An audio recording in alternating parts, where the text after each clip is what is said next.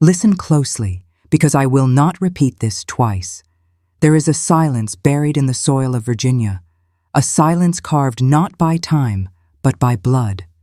They will tell you the year was 1824, though others insist it was later. They will tell you it was only rumor, a story stitched from the whispers of the enslaved. But I will tell you what the records could not keep, what ink was cut from ledgers as neatly as flesh from bone.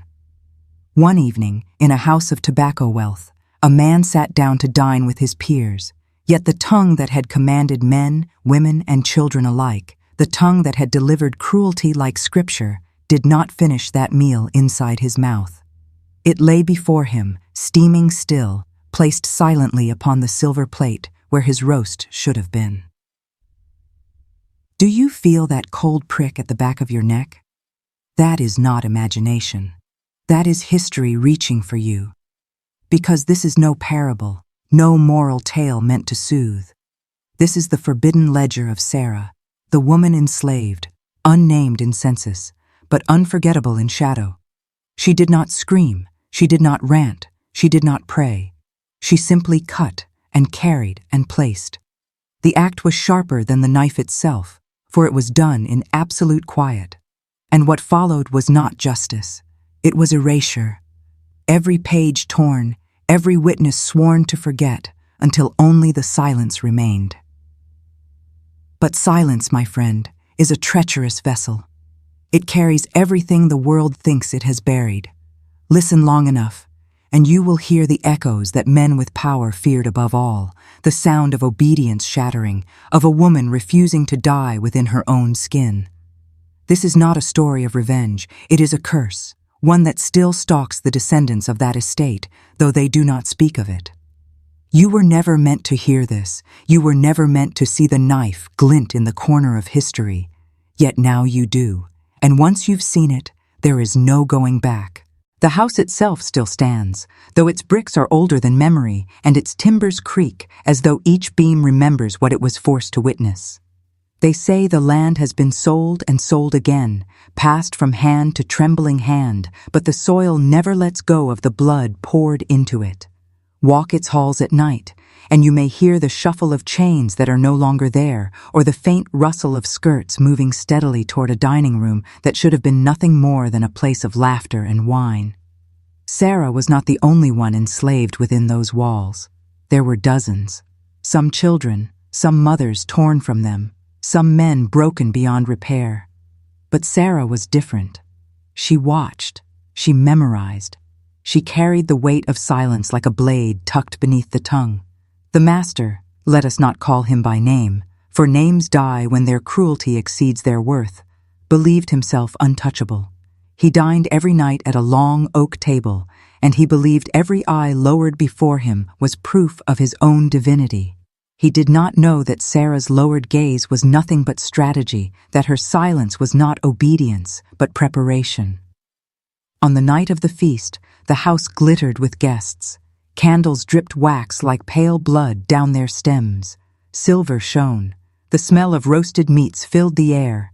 Every man at that table laughed with a sound like snapping whips, careless in their wealth and in their cruelty. Sarah entered the room quietly, as she always did, carrying a tray. But this time, the weight in her hands was heavier than silver, heavier than bone, heavier than history itself. When she set the plate before her master, no word passed her lips. She did not flinch when his face paled, nor when the laughter died into gasps. The flesh on that platter was no roast, no lamb, no hog. It was his own. The very tongue that had spat orders, that had commanded. It lash and labor, that had torn dignity from those forced to serve him. It now lay glistening, severed, steaming, undeniable. The guests recoiled, some clutching their throats, some rising so fast their chairs toppled backward, but not one reached for her, not one dared. For in that instant, Sarah was not a servant. She was the knife itself.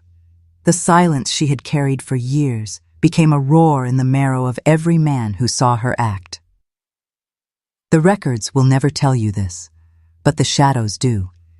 And if you stand in that dining room today, sometimes, when the wind rattles through the glass, you might hear a chair scrape across the floorboards, as though someone is still trying to rise. The aftermath was not a scream, it was a suffocation. The house, once filled with swaggering voices, fell into a silence so thick it seemed to press against the skin. No one dared to speak of what they had seen. The master, gagging and writhing, was dragged from the room. His blood stained the linen, dripping into the cracks of the wooden floor where no scrubbing could ever cleanse it. His guests fled into the night, their carriages lurching down the dirt roads, but their minds carried with them a vision they would never scrape away. Sarah did not run. She did not hide. She walked back through the servants' corridor, her steps measured, her face unbroken. Every enslaved soul in that house saw her pass. Some wept silently, some trembled with fear, knowing punishment would be merciless. But some, just a few, felt something ignite within them. A spark so fragile and dangerous that it could either be stamped out or set the entire plantation ablaze. The master did not die that night, though perhaps death would have been mercy. His tongue was gone, his speech reduced to guttural noise, his orders now only pitiful grunts. A man who had controlled others with his words was left with nothing but animal sounds. And still, instead of freeing those who served him, the estate grew darker. The mistress of the house, cold and venomous, swore vengeance not only on Sarah, but on all who bore witness. Punishments multiplied. Whippings tore flesh from bone, shackles bit deeper. And yet, the silence of the enslaved was no longer submission. It was rebellion coiled tight, waiting. Sarah vanished from the official records. Some say she was dragged into the woods and hanged before dawn, her body left as a warning. Others whisper that she escaped into the night, carried by the underground rivers of resistance that flowed unseen through every plantation. But the most chilling version is this, that she never left at all, that she walks still, silent as always, moving through the house as though time itself cannot erase her presence. The estate changed hands generations later. New owners painted the walls, restored the dining room, scrubbed the floors until the wood nearly splintered. But every so often, guests reported the same haunting detail. When the candles were lit for supper, an empty plate appeared at the head of the table. No one placed it there. No one touched it. Yet it sat, waiting, as though Sarah still carried her tray through the corridors of history. The curse did not announce itself with thunder or fire. It seeped, slow and steady, through the veins of that house like rot beneath polished wood. The descendants of the master, those who inherited his wealth and his arrogance, found themselves tethered to a shadow they could neither see nor shake. It began in whispers.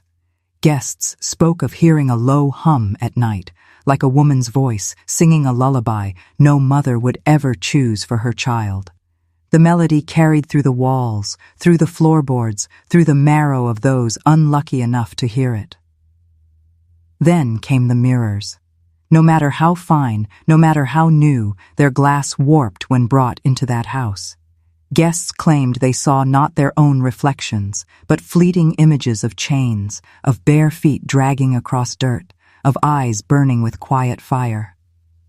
One visitor, a preacher sent to bless the estate, swore he saw a woman standing behind him in the mirror, her face expressionless, her hands steady upon a tray.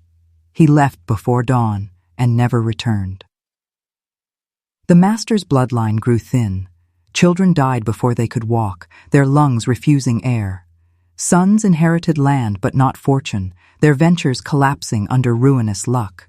Daughters were plagued with nightmares so vivid they refused to sleep, claiming that a woman stood at their bedside, her silence louder than screams. Doctors were summoned, priests were begged, but nothing could heal what was not illness. Still, the house refused to empty. Greed is a stubborn parasite. Families clung to the land, insisting the stories were only superstition. Yet each generation bled into the next, and always the curse remained. Servants whispered that Sarah was still there, her spirit walking with the calmness of one who had never needed to run. She carried no chain, no shackle. She carried only the weight of her silence. And that silence poisoned everything. Animals would not cross the fields where she had once walked. Horses collapsed at the edge of the property, their bodies stiff with terror. Dogs howled endlessly until their voices cracked. And at the center of it all was the dining room, the same long oak table, polished, repolished, yet always stained beneath. Each new owner swore never to dine there at night. Yet curiosity is its own kind of doom. Those who dared host suppers found the same thing, an empty plate waiting at the head of the table. No matter how many seats were filled, no matter who claimed that chair, the plate appeared as though summoned from the marrow of the house itself. The curse was never content to remain locked inside the brick and mortar of that house. Like smoke slipping through cracks, the legend drifted outward, spreading from farmhands to travelers, from whispers on porches to hushed warnings around campfires. Soon, the story of the silent woman with the tray became a phantom thread weaving through the South. Parents told their children, "Never mock the enslaved dead, never speak ill in the dark, for Sarah still listens." Those who worked the neighboring plantations claimed to see her at dusk, gliding between the tobacco rows, her hands steady as if still carrying that cursed platter. Riders traveling the back roads after sunset reported a figure stepping into their path, a woman whose face could not be clearly seen, yet whose presence forced horses to rear and throw their riders. Always, she carried nothing, and yet everyone who saw her swore they felt the unbearable weight of what was missing from her tray. The legend grew darker with every retelling. Some said Sarah would come to those who used cruelty in their homes, especially men who raised their voices like whips. They would wake in the middle of the night choking, clutching their throats, tasting iron on their tongues. Doctors dismissed it as fever, as bleeding gums, as hallucination. But those who knew the story whispered, she had come for them. She had shown them the silence of the severed tongue. It spread so far that even those who did not believe repeated the story, if only to ward it off. Ministers preached against it, branding it devil's work. Yet their sermons only gave it power, their congregations picturing the scene too vividly to ever forget.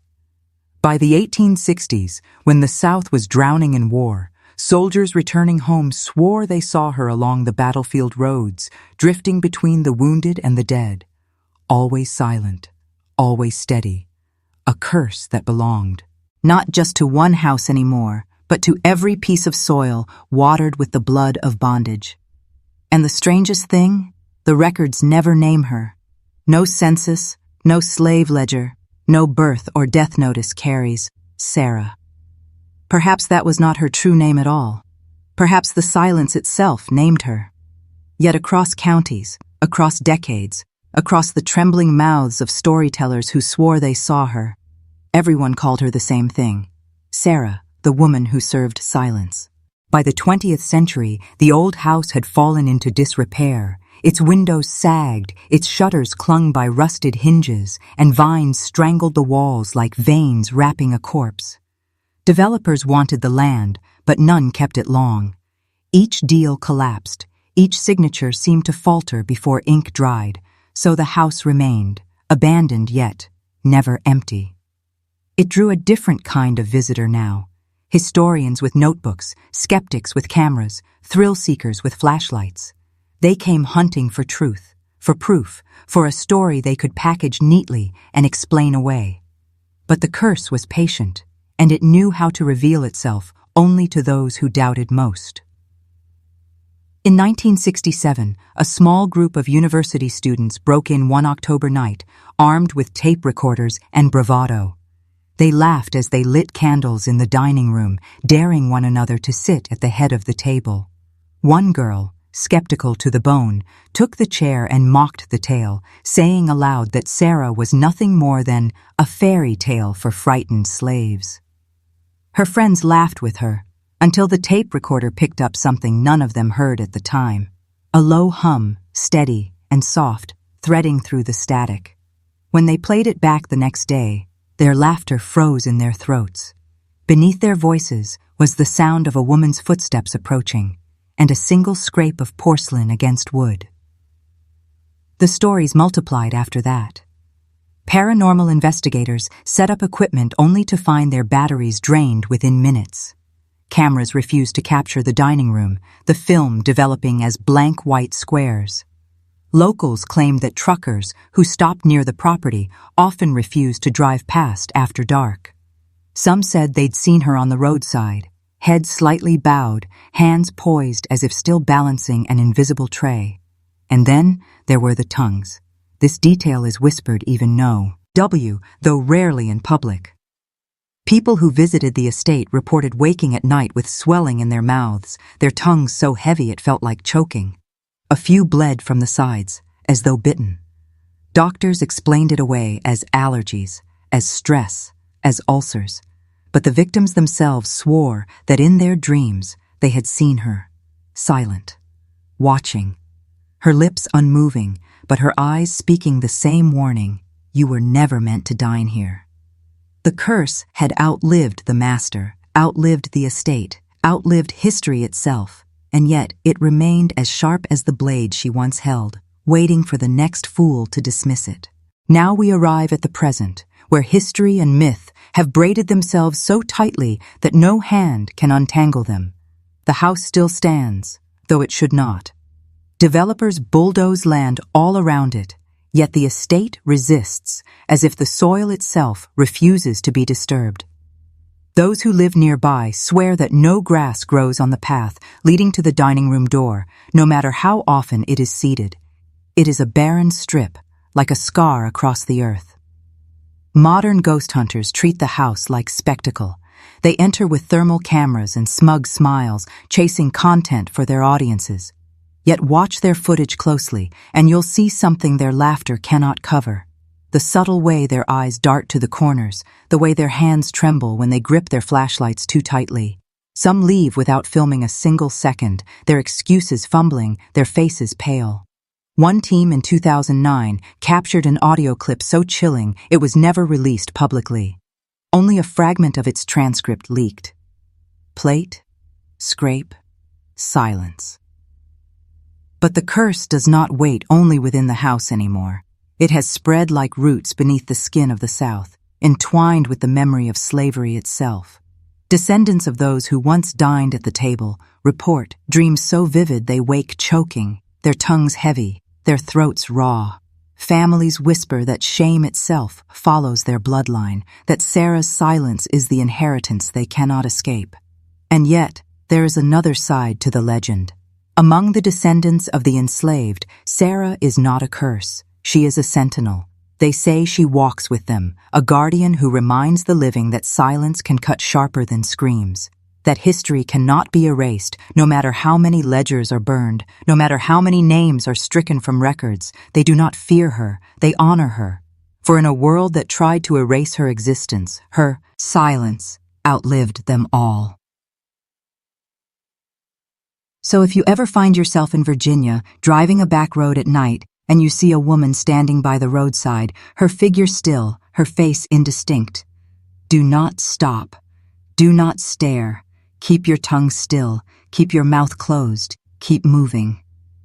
For she carries a silence older than your own name, and once you meet her eyes, you will never escape it. You were never meant to hear this story. You were never meant to see the knife in the corner of history, but now you have, and silence will follow you too.